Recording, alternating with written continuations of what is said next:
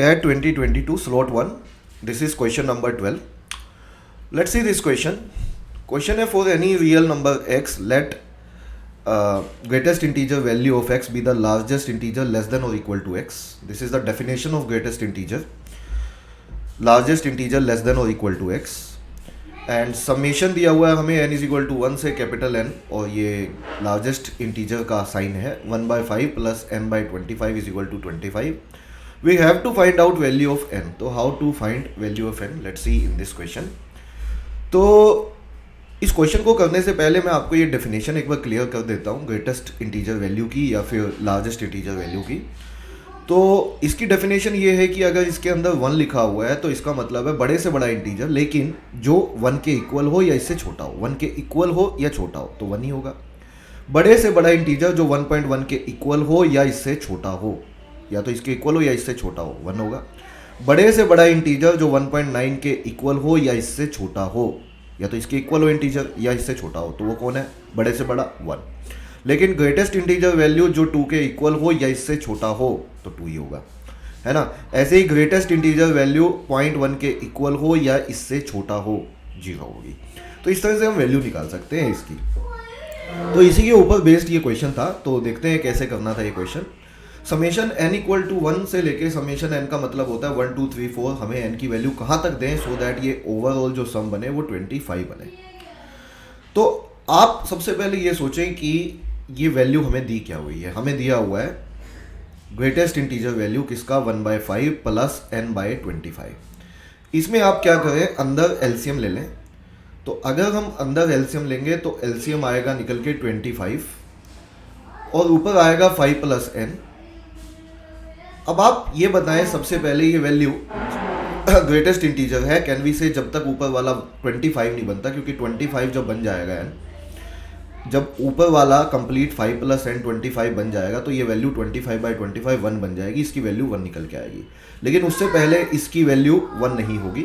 तो we can say that 5 plus n अगर 25 से छोटा है, लेस देन 25, मतलब कि अगर n लेस देन 20 है तो इसका जो वैल्यू होगा वो 0 और 1 के बीच में लाई करेगा. किसका? इसका वैल्यू 0 और 1 के बीच में लाई करेगा. और 0 और 1 के बीच में इसका ग्रेटेस्ट इंटीजर वैल्यू क्या होता है?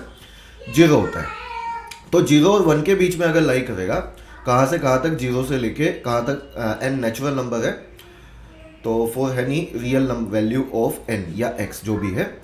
तो अगर मैं n को वैल्यूज देना शुरू करता हूँ तो n को क्या वैल्यू दूंगा? सबसे पहले मैं n को 1 दूंगा. तो 1 से लेके कैन वी से 19 तक तो जो हमें ये वैल्यू देगा कौन? 5 प्लस n डिवाइडेड बाय 25. इसकी वैल्यू 0 ही आएगी हर जगह पे. क्यों 0 आएगी? क्योंकि वहाँ पे सभी वैल्यू जीरोज हैं. क्यों? क्योंकि 1 से लेके 19 तक ये वैल्यू 0 और 1 के बीच में लाई करती है, और 0 और 1 के बीच में इसकी वैल्यू ग्रेटेस्ट इंटीजर वैल्यू 0 बनेगी. लेकिन आगे अगर जाएं हम, कहाँ से कहाँ तक? 5 प्लस n की वैल्यू कहाँ से कहाँ तक? अगर ज़्यादा है 25 से या 25 है,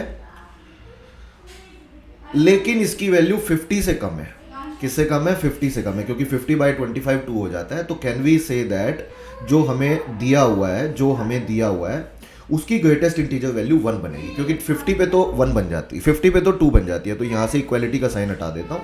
देखो मैं इसमें क्या बताना चाहता हूँ, इसमें 5 सब्ट्रैक्ट कर दो सब जगह, तो ये 20 हो जाएगा. यहाँ पे 5 सब्ट्रैक्ट करोगे ये n हो जाएगा. यहाँ पे 5 सब्ट्रैक्ट करोगे ये 45 हो जाएगा. तो अगर n का वैल्यू 20 से लेके 45 के बीच में लाई करता है इंक्लूडिंग 20, तो कैन वी से सबकी ग्रेटेस्ट इंटीजर वैल्यू 1 आएगी. जैसे 20 पुट करके देखो आप, 20 प्लस 5 डिवाइडेड बाय 25 तो 1 हो गया. 26 पुट करके देखो 1 पॉइंट समथिंग आएगा, ग्रेटेस्ट इंटीजर वैल्यू 1 आएगी.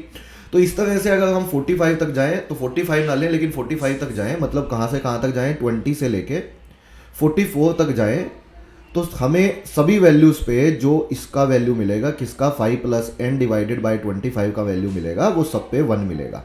तो ये 1 कितनी बार आएगा? 20 से 44 तक. 20 से 44 तक सब पे 1 आएगा.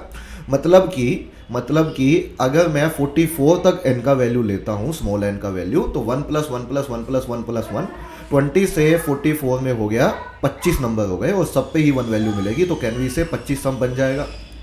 25 सम कहाँ तक बना? 44 तक बना. इसका मतलब अगर मैं n को 44 तक लेके जाऊँ तो सम 25 हो जाएगा. लेकिन अगर 45 ले लूँगा एन को अगर 45 ले लूँगा तो ये 50 डिवाइड बाई 25 दो और ऐड हो जाएगा, जो कि मुझे नहीं करना। मुझे 25 चाहिए था, 25 कहाँ तक मिल गया है मुझे, 44 तक मिल गया है। तो एन को हमें कहाँ तक लेके जाना है, 44 तक लेके जाना है। और ये स्मॉल एन किसको रिप्रेजेंट कर रहा है, कैपिटल एन को, क्योंकि आप इसकी वैल्यू पुट करते जा रहे हो। लास्ट वैल्यू क्या पुट करोगे, 44 पुट करते ही वो कैपिटल एन बन जाएगा। तो 44 सवाल का आंसर होना चाहिए, 44 ही क्वेश्चन का सही आंसर था। This is the right answer of this question.